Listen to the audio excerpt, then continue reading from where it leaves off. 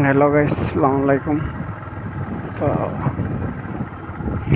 আপনারা সারা ভালো আছেন নানি? আর আমি তো মতন ভাই ভালো আছি। আর দেখতে পাঠাই আজকে আইছিলাম এক জায়গাত ভিডিও বানানি, মানে পুরা গাঁও এরিয়া এখান বাদাইছে ইলেকট্রনিক সিটির ভিতরে অনেক একটা জায়গাত আইছিলাম। দেখতে পাঠাই তুমি আমরা তো জায়গার হলে আর মেঘ অবশ্য লইয়া আইব। মেঘর দিকদারি এটা হচ্ছে ভালো লাগে না, মেঘ অবশ্য লইয়া আইবার খুব দেরি উড়ি নাই।